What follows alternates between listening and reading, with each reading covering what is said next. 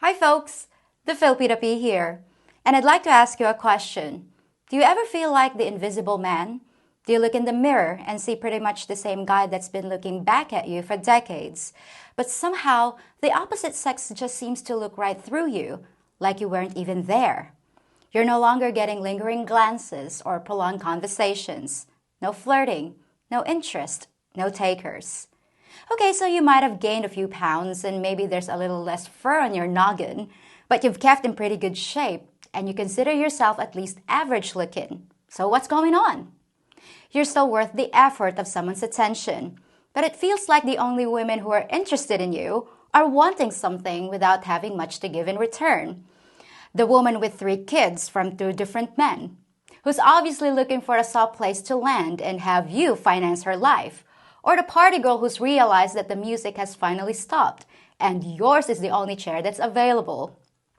And you get the feeling that they're not really excited about being with you. It's more like, you'll suffice. But where's that key ingredient? The passion. That feeling of, I can't wait to get the clothes off you and my hands on you. You might not be in your 20s anymore, but you're certainly not ready to give up that part of your life. So where's the women who feel the same way about it that you do? Oh, they might pretend they're interested in riding the Boney Express, but we both know that a couple years from now, sex will be about the last thing on their to-do list. And even more than that, where's their desire for genuine companionship and the mutual respect that keeps two people together for the long haul? You're not looking for a marriage of convenience or a business arrangement. You're looking for a partner in life. And it doesn't seem there's anyone out there who's wanting to partner up for the right reasons. Men are supposed to hold their value as they mature, so why aren't women seeing yours? Did you reach your expiration date without knowing it? Or have the women changed and their expectations have become ridiculous? And instead of being devoted partners, they seem more like opportunistic mercenaries. They get angry at the thought of doing your laundry, but sure don't mind taking you to the cleaners. Well, maybe you're just in the wrong place at the wrong time. And there are actually places left on earth where you can be appreciated for all you have to offer. Or maybe none of this applies and you're just looking for a cheaper place to live. Well, recently, a lot more Western guys have realized they have a possible answer to these problems. Some call it geomaxing. Some people just call it getting on a plane. And some men, calling themselves passport bros, have decided to look for better pastures overseas. But whatever name you use, the strategy seems to be gaining momentum. The ultimate goal is to increase your value, both economically and in the dating market, by going where you can finally leave your invisible days behind and once again be seen. Sound impossible? Check this out.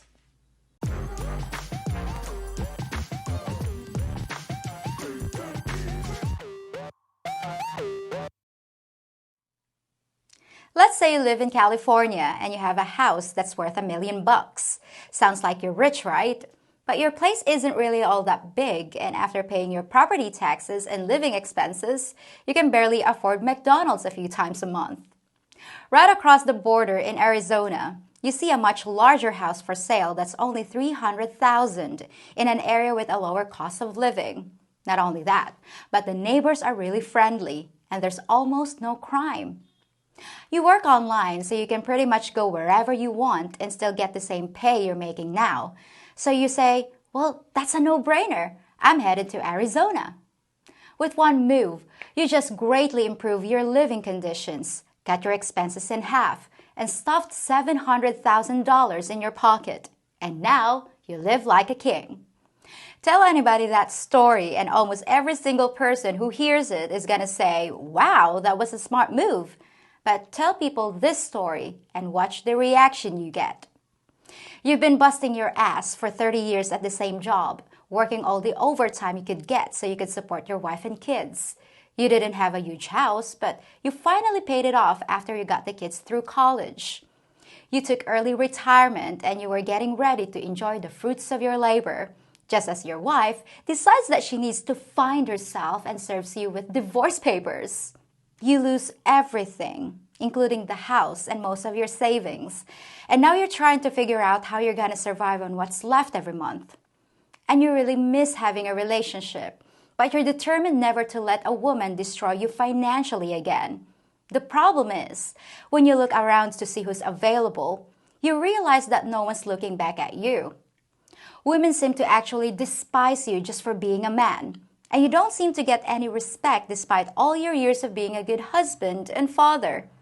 There's a few overweight women in their 50s who wouldn't mind living in your house, but their idea of a good time is gardening, and they have little interest in seeing that your seeds get planted, even if you feel like you've got plenty of oats left to sow. So you heard about this crazy idea where guys are liquidating their assets and relocating to places where their money goes a lot further, where the weather's nicer and the women still treat men like their valued partners.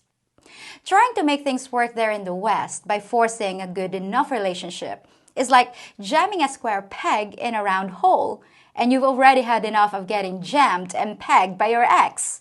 So you're gonna go where women are still women and get another shot of happiness. A real shot. After looking at the numbers and researching the culture, you've decided to take a trip there in person to check it out.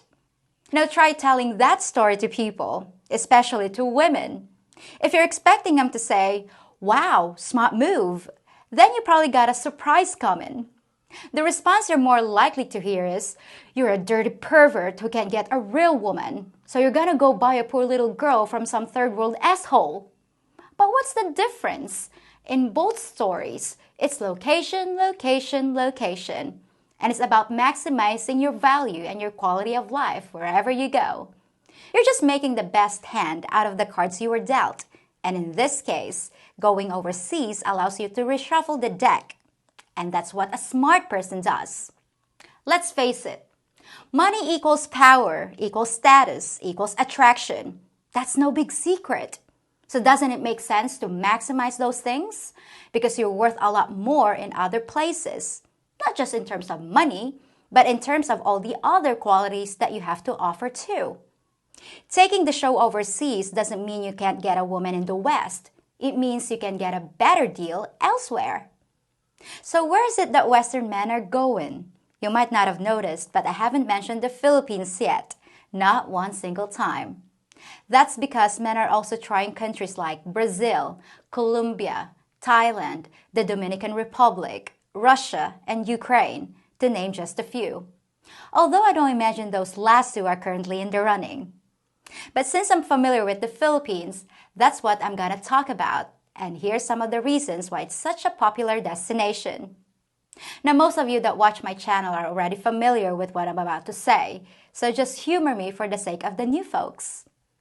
The Philippines is extremely visa-friendly. It's one of the easiest places to stay almost indefinitely on a tourist visa if you want to. And all you have to do is leave the country for 1 day every 3 years.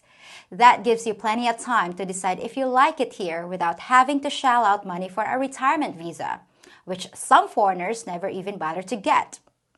As well as our local languages, we speak English here. We listen to Western music, and we get the same movies you do. So the culture shock you're gonna face in other countries largely doesn't exist here. Trust me, that's a big plus. We're more accepting of foreigners too, and most Westerners say they feel very welcome here, unlike countries with higher levels of xenophobia. Japan comes to mind. It's expensive to live there, and you'll never be accepted as one of them, and there's a cultural stigma attached to dating non-Japanese. The women there will actually hide your relationship from their families, many of whom would never accept you, making for quite a mess sometimes. The same situation exists to varying degrees in China and South Korea, and even somewhat in Thailand. Filipinas, on the other hand, are generally proud to be dating you, and once your relationship is for real, expect to be introduced to more family and friends than you can imagine. It's getting away from them that's the hard part. Healthcare is cheap here, and we have modern facilities and medications that are available for a fraction of the cost in the West. Unless, of course, you currently have free healthcare, which we do not. And probably the biggest economic benefit you'll find here is the cost of housing. Rent is much lower than many Western countries, and you can get a really nice apartment for under $300 a month. So what does it cost to live here in relative comfort? Well, many people will say you can live here for less, I recommend 1,000 to 1,500 US dollars per month. That means if you only have 12,000 US dollars per year, you can live just fine. Not exactly a Western lifestyle, but plenty good enough. If you want to see the actual breakdown of a typical budget, there's a link to a video I did on a subject that you might find interesting. And I haven't mentioned anything about the women, us Filipinas, because I don't think I really need to. If you watch my channel, or if you're going to watch my channel, you'll see plenty of interviews with people on the street and what we think about you. We're generally a kind and caring people who are easy to get along with. And contrary to what some people claim, no, we're not just faking our attraction to you to get to your money. Economic stability is important. Of course it is. But the connections and relationships we make with you are real. Don't believe me? Then listen to the words of a legend in the manosphere, Rollo Tomasi, author of the best-selling book, The Rational Male. He's an expert in human behavior and sexual selection, and he spent time here in the Philippines himself. He certainly should know what he's talking about, and this is what he has to say. The Philippines is like a different world. You're maybe a 4 or a 5 here, and women won't give you the time of day here. You go over to the Philippines, they're very feminine. They're like, they pay attention to you. They want to be with you. Now, is that attraction genuine? I would say definitely it is when you're there. So there you have it from the man himself. In his opinion, the attractions are real. Now you might be wondering, what do I get out of this? Why do I sometimes make videos that seem to promote the Philippines? Well, the answer is, nothing much. I don't get paid by the government to lure foreigners to the Philippines. I don't have a secret deal with the Board of Tourism. The only thing I get is views on my videos, but I can easily make videos about plenty of other topics instead if I wanted to. It doesn't personally affect me if you come here or not. I'm just providing you accurate information about the subject so you can make an informed choice. The truth is, I just like to see people happy. And to me, having some of you nice folks here is a win-win for everyone. We're actually glad to have you. It's good for the economy. And you folks generally seem to be law-abiding guests in our country. But the biggest reward is all the emails I get from happy couples who've used my videos to not only find each other, but understand each other. And that's a reward all by itself. That's not to say that everything's peachy keen here. So watch my videos talking about the flip side, the negative things that you'll encounter if you live here. I always tell both sides of the story, and it's not my intention to paint a rosy picture that doesn't measure up to reality. And with the good, there's always some not so good. But many guys have taken the plunge and now call the Philippines their home. And remember, if you don't like it here, you can always go back where you came from or try someplace new. No hard feelings. So the next time someone hands you that old line about, you're such a loser that you have to go to the other side of the world to find a woman, just smile and say, actually, I'm a smart shopper who knows where the best deal is, and I'm brave enough to go get it. Well, that's it for today. I hope you all have a great weekend, and I'll be back on Tuesday with something new. Till then, folks. Okay, now that's 26 foreigners are brought into the Philippines so far this month, right? At 50,000 pesos per foreigner, that's 1,300,000 pesos. Now that's going to be deposited directly into my account just like the last time, right? And it doesn't matter how long they stay as long as I get them into the country. Okay, cool. I'm sure glad my viewers... Lucy? Camera 1 is turned off, right? Yes, I turned it off. Okay, good. Now where were we? Right, the hotel stays. I figure I'm responsible for at least 200 nights of hotel bookings, and with 10% kickback, that's another 50,000 pesos. And aren't I gonna get something for all the restaurant meals and cab fares too? Well, I ought to get something, right? After all, these guys wouldn't even be here if it wasn't for my videos. Just sit right back. If you think about it, I'm kind of like Marianne. We both have bubbly personalities. We've lived in bamboo huts, and both of us are stuck on a tropical island, doing whatever we can to get off. If you want to help me get rescued, please subscribe to my channel, share my videos with friends, and hit that notification bell so you can see my next episode. And if you really want to save me, check out my Patreon channel for extra content and exclusive videos. And also like Marianne, I have to take cold showers.